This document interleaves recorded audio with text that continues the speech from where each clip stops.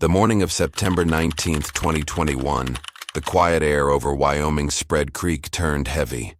A team of FBI agents stood still near a small clearing off the gravel road, their eyes fixed on what they'd just uncovered. A shallow grave, a young woman's remains. Not far from the site, a white van once parked, the same van millions had seen in cheerful travel vlogs just weeks earlier. That woman was Gabby Petito. The internet had fallen in love with her, a 22-year-old girl chasing dreams across America with her fiancé, documenting every moment under bright skies and open roads. But now, the same story that had once inspired millions was about to become one of the most disturbing tragedies in modern America. The timeline of her disappearance would unravel layer by layer. Text messages that didn't sound like her, videos that suddenly stopped, and a boyfriend who returned home alone. As the world watched in real time, a national manhunt began. This wasn't just a missing person case anymore. It was the story of how love, obsession, and violence collided under the wide American sky. And at the center of it all, one chilling question echoed across every headline. What really happened to Gabby Petito? Gabby Petito grew up in Blue Point, New York, a small coastal town where everyone knew everyone. She was the kind of person who laughed easily, loved deeply, and carried a notebook wherever she went. She dreamed of becoming a travel blogger, someone who could show the beauty of the world through her lens. Her Instagram was filled with sunsets, smiles, and handwritten captions about adventure and peace. In 2019, she met Brian Laundrie, a quiet artist with a passion for nature and minimalist living. The two bonded over hiking, van life, and the idea of escaping the ordinary. To the outside world, they seemed like a perfect match, two souls chasing freedom together. By 2021, they had saved enough money to turn a white Ford Transit van into a small home on wheels. Gabby called it our little adventure van. Together, they planned to drive across the U.S., visiting national parks and sharing their journey online. Family and friends described their relationship as intense, full of passion, but also tension. There were arguments, reconciliations, and constant changes in plans. But Gabby, always the optimist, believed the road trip would heal everything. They left New York in early July, their van filled with camping gear, cameras, and big dreams. Every new state meant another photo, another vlog, another promise of a lifetime together. To the thousands who followed them online, their life looked perfect. Wide smiles, desert sunsets, and handwritten captions about love. But behind the lens, the cracks had already begun to show. During one of their early stops, witnesses reported seeing the couple arguing loudly. In one moment, Brian was described as controlling. In another, Gabby was seen crying uncontrollably. It was the first public glimpse of the storm brewing behind their smiles. Still, they pressed on, crossing Utah, Wyoming, and Colorado. Gabby often called her parents, telling them how beautiful everything was. But in those calls, her tone began to shift. Shorter conversations, nervous laughter, and a faint trace of unease that no one could quite name. By August, their social media updates became inconsistent. Captions changed, posting times grew irregular, and for those who knew her best, something about Gabby's messages didn't feel right anymore. No one knew it then, but that road trip, the one meant to bring them closer, was heading toward its final irreversible turn. By mid-July 2021, Gabby and Brian's white van had become familiar across the American West, visiting national parks, deserts, and lakes. Gabby filmed everything: laughter, meals, and long drives set to indie music. But gradually, her posts became shorter, her captions distant. For her family, the tone felt off. On August 12, 2021, a 911 caller reported a domestic dispute near Moab, Utah. Police arrived to find the white Ford Transit van parked along the highway. Body cam footage later showed Gabby tearful and trembling in the passenger seat, while Brian stood outside, calm but tense. Gabby repeatedly blamed herself, saying she had OCD and hit him first. Brian claimed she was under stress. Officers separated them for the night. Brian stayed in a hotel, Gabby in the van. On paper, the situation seemed resolved, but Gabby's fear was evident. In the following days, the couple traveled to Arches National Park in Salt Lake City. Witnesses described them as distant, avoiding eye contact. By August 17th, they were seen at a Jackson Hole restaurant, where Brian became aggressive with staff, and Gabby apologized repeatedly. That was the last confirmed sighting of Gabby alive. Afterward, her phone activity almost stopped, and Instagram posts became short, generic, and oddly timed. On August 24th, Gabby called her mother for their final video call, saying they were heading to Grand Teton National Park. Her mother noticed her smile seemed strained, but didn't suspect danger. On August 27th, Gabby's phone sent a strange message. "Can you help Stan? I just keep getting his voicemails and missed calls." Stan referred to her grandfather. She never called him by his first name. The next day, another uncharacteristic short message arrived, marking the last from her phone. By early September, Brian had returned home to Northport, Florida, driving the van alone. He acted normally, camping with his parents, buying clothes, mowing the lawn, while Gabby's parents received no explanation. Then came September 11th, 2021. Gabby Petito was officially reported missing. Her mother's voice cracked over the phone. "My daughter's missing. Her fiancé came home without her. Please, someone has to help." Local police and the FBI arrived, but the Laundrie family refused to speak, communicating only through a lawyer. Brian, once affectionate and visible in vlogs, had gone silent. Social media erupted. TikTok users, YouTube creators, and true crime enthusiasts pieced together timelines, GPS data, and old videos. What began as a missing person search transformed into one of the largest crowdsourced investigations in social media history. Amid it all, one name dominated headlines: Brian Laundrie, the man who returned home alone, refusing to explain why. When Gabby Petito was declared missing on September 11, 2021, her family's world collapsed. What started as unanswered calls quickly turned into a nationwide mystery that gripped millions. In Northport, Florida, the white Ford Transit van that Gabby and Brian had lived in sat quietly in the driveway of the Laundrie home. Once a symbol of freedom, it now stood like a silent witness. When police arrived, no one answered the door. Instead, a lawyer representing the Laundrie family handed them a statement saying the family would remain in the background of this story. That single line sparked outrage. How could Brian stay silent while Gabby was missing? News crews surrounded the house, protesters gathered outside, and the family's refusal to speak only deepened suspicion. Inside, Brian stayed hidden as the rest of America searched for Gabby.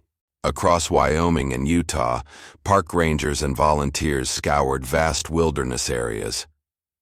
Gabby's family launched an emotional campaign, plastering her photo online and pleading for help. Her father, Joseph Petito, spoke through tears at a press conference. "We just want our daughter home." His raw desperation touched millions who followed the case. Meanwhile, the internet became its own investigation team. True crime fans, vloggers, and strangers started retracing Gabby and Brian's van life trip using old YouTube videos and Instagram posts. Every caption, location tag, and frame was analyzed. One post stood out: Gabby's final upload on August 25th. She smiled in front of a mural with a short caption, "Happy Halloween." Her hair looked different, her usual long captions replaced with just 2 words. It didn't feel like her. Then came a breakthrough. A travel vlogger couple, Jen and Kyle Bethune, reviewed their dashcam footage from a recent Wyoming trip. On a quiet dirt road near Spread Creek, they noticed a familiar white van. Same model, same stickers, same license plate frame. They reported it to the FBI, who immediately focused their search on that area. Within hours, drones, helicopters, and K-9 units were scanning every inch of forest near Spread Creek. The massive search had suddenly narrowed to one small patch of land. Back in Florida, the scene around the Laundrie home grew chaotic. Protesters shouted, "Where is Gabby?" as reporters broadcast live 24/7. Then, on September 14th, Brian told his parents he was going hiking in the nearby Carlton Reserve, a vast, swampy area, and never came back. When police returned 2 days later, they learned Brian was now missing too. The man who might have held all the answers had vanished. Within hours, authorities were searching for two people, Gabby Petito in Wyoming and Brian Laundrie in Florida. The story dominated every headline. Helicopters flew low over wetlands, divers searched lakes, and hundreds of volunteers joined the hunt. Online, theories exploded. Had Brian fled the country or taken his own life? But for Gabby's family, none of it mattered. They weren't chasing speculation. They just wanted their daughter found. On September 17th, the FBI narrowed their focus after analyzing phone and GPS data. Gabby's last known location pointed to the Bridger-Teton National Forest in Wyoming. Early the next morning, officers arrived at the Spread Creek camping area. The air was cold and still as search teams combed through open terrain. Then, after hours of silence, a call came through the radio. Human remains had been found. They matched Gabby Petito's description. The world froze. Within minutes, the news spread across every screen. The FBI confirmed the discovery the following day. Candlelight vigils appeared across the country, as millions mourned a young woman they had come to know through her bright smile and travel videos. Gabby's father later said that when the call came, it felt like the world collapsed around him. The words made sense, but his mind couldn't process them. As the nation mourned, another question began to dominate headlines. If Brian Laundrie drove home alone, what really happened out there in Wyoming? The search for Brian turned into a manhunt. Officers drained ponds, combed through dense swamps, and brought in heat-sensing drones. His parents insisted they didn't know where he'd gone, but many questioned their silence. Weeks passed with no sign of him, until late October, when human remains and personal items, including a notebook, were discovered in the Carlton Reserve. DNA confirmed it was Brian Laundrie.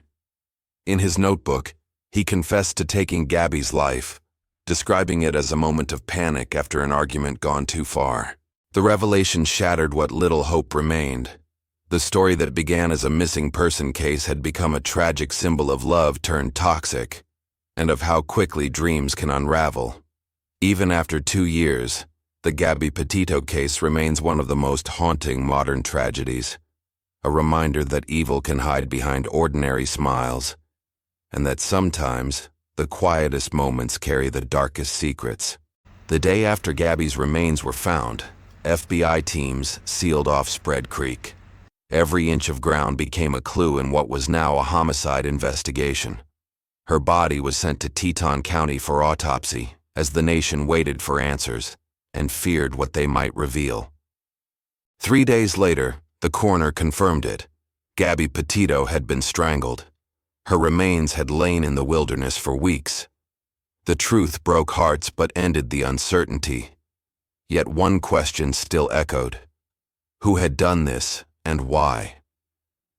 Investigators began piecing together Gabby and Brian's final days. They traced phone pings, messages, and posts, rebuilding their last movements, frame by frame. On August 27th, Gabby's phone went silent. That same day, witnesses saw Brian alone in a Jackson Hole restaurant, visibly upset. Hours later, their van was seen heading south. Days after, a text from Gabby's phone read, "No service in Yosemite." Investigators soon proved it was fake, sent only to mislead. By then, Brian Laundrie was officially a person of interest. The search for him became a national obsession. Choppers circled Florida's Carlton Reserve, divers searched swamps, and volunteers combed through acres of wetlands. But he was nowhere. The FBI collected evidence from the Laundrie home: clothing, journals, electronics, and the white van. Forensic tests found stains and fibers on the seats. Digital data told an even darker story: deleted texts, GPS gaps, and a trail of suspicious activity. Brian's phone had been off multiple times between August 27th and September 1st, the same window when Gabby vanished. Then came a damning discovery. After Gabby's death, Brian had used her debit card to withdraw over $1,000 for gas and supplies on his trip home. That single act turned suspicion into a federal warrant. Neighbors recalled his strange behavior: late-night walks, silence, and avoidance, before he disappeared into the swamp. Behavioral analysts described him as analytical, controlling, and emotionally volatile. They believed Gabby's death wasn't an accident, but a violent eruption after weeks of tension. Gabby's case ignited a nationwide conversation about domestic abuse. The earlier police body cam footage now felt painfully revealing. Gabby apologizing, downplaying his anger, trying to make peace. Signs of fear and manipulation that many had missed. As outrage grew, so did speculation. Some thought Brian fled with help from his parents. Others believed he'd taken his own life. The investigation pressed on, collecting digital and forensic evidence that mapped every step of their journey. By late September, the FBI concluded Gabby was likely killed between August 27th and 30th. The most chilling detail wasn't the act itself, but what came after. Brian drove over 2,300 miles back to Florida, cleaned the van, went camping with his family, and acted like nothing had happened. For Gabby's parents, that realization was unbearable. Their daughter had died alone in the wilderness, while the man she loved lived as if untouched. The pressure on the Laundrie family grew daily. Reporters surrounded their home. Cameras pointed at every window. Then, one October morning, the silence broke. An officer emerged from the Carlton Reserve carrying a brown envelope. Inside was Brian Laundrie's notebook, found beside human remains. The FBI later confirmed the remains were his. In the notebook, he admitted responsibility for Gabby's death. The case that had consumed an entire nation had finally reached its end, not in a courtroom but in the quiet of a Florida swamp. Gabby Petito's story became more than a tragedy. It was a wake-up call about love, control, and the dangers hidden behind a perfect picture. After Gabby's autopsy, the search for Brian Laundrie became one of the largest manhunts in U.S. history. The FBI, local police, and park rangers scoured multiple states, focusing on Florida's Carlton Reserve, a 25,000-acre swamp teeming with snakes, alligators, and dense flooding. Day after day, teams waded through waist-deep water, helicopters scanned from above, and volunteers combed every inch. Weeks passed with no sign of Brian.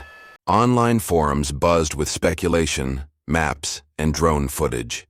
Some believed he had fled. Others thought his parents were helping him hide. Investigators traced his last movements, buying a backpack, food, and hiking gear before leaving home on September 14th. His parents claimed he never returned, though neighbors reported seeing them camping afterward. The inconsistencies only deepened suspicion. By mid-October, water levels dropped, and search teams returned to previously unreachable areas. On October 20th, officers with Brian's parents found a dry bag, a soaked notebook, and human remains near a familiar trail. Dental records confirmed it was Brian Laundrie. The notebook offered a chilling glimpse inside his mind. Pages were filled with emotional, confused, and haunting writing. In his final entry, Brian admitted killing Gabby, claiming it was a mercy killing during a fight. Investigators dismissed this. The autopsy confirmed deliberate strangulation, proving his confession was a manipulation. The note ended with apologies to his family and Gabby's. "I'm sorry to everyone. I'm sorry to her family. This was not supposed to happen. I hope someday people understand." For Gabby's parents, the words were hollow, a final attempt to control the narrative. In early 2022, the FBI declared the case closed. Brian was solely responsible for Gabby's death, but closure was elusive. The story had captivated millions online, revealing how digital obsession can intersect with tragedy. Experts called it a defining moment in digital justice, with ordinary people retracing steps, analyzing evidence, and even helping locate the crime scene. Among the final pieces of evidence, investigators found Gabby's van keychain, small, worn, ordinary, yet carrying the weight of everything lost. Her journey had begun with love, freedom, and adventure. It ended in silence under the same stars she once cherished. When the FBI closed the Gabby Petito case in early 2022, the world thought it was over, but for her parents, the journey had just begun. In the months that followed, they launched the Gabby Petito Foundation to support families of missing people and raise awareness about domestic violence, especially among young couples. They spoke in schools, appeared on national shows, and met with lawmakers to improve law enforcement responses to such cases. Public support was immense. Millions followed their work, donating to shelters and crisis centers. Yet behind the scenes, the Petitos pursued a civil lawsuit against the Laundries, claiming they knew Brian had killed Gabby and helped conceal it. During depositions, text messages suggested Brian's parents may have known of her death before authorities confirmed it, a revelation the Petitos called a betrayal beyond forgiveness. Meanwhile, the Moab Police Department faced renewed scrutiny. Independent investigators reviewed body cam footage and concluded officers had failed to follow domestic violence protocols. Gabby's family later reached a $3 million settlement, a symbolic victory aimed at pushing reform rather than financial gain. Over time, public focus shifted from viral theories to awareness campaigns. Social media became a platform for change, with hashtags like #SciTor, Justice for Gabby, and End Domestic Violence trending annually. In late 2024, a new documentary series featured unseen police files, 911 calls, and diary entries from Gabby's friends, highlighting her hope that love could heal. Through it all, her family remained united, channeling grief into purpose. Her father said, "We couldn't save Gabby, but we can make sure her story saves someone else." Even years later, her story continues to inspire reform, save lives, and remind the world that behind every perfect photo, unseen pain can exist. By 2025, the Gabby Petito case had become more than a crime story. It was a symbol of awareness, loss, and how social media can reveal and distort the truth. The Petito family's advocacy reached Congress, where bills were proposed to improve missing persons reporting and response to domestic violence, informally called Gabby's Law. A new generation of true crime creators now uses her story for education, showing how to recognize red flags in relationships. Gabby's mother reflected, "I used to ask, why her? Now I ask, how many others are out there like her, right now, needing help?"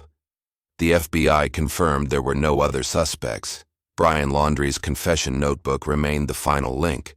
New digital tools developed during the investigation have since changed how missing person cases are handled.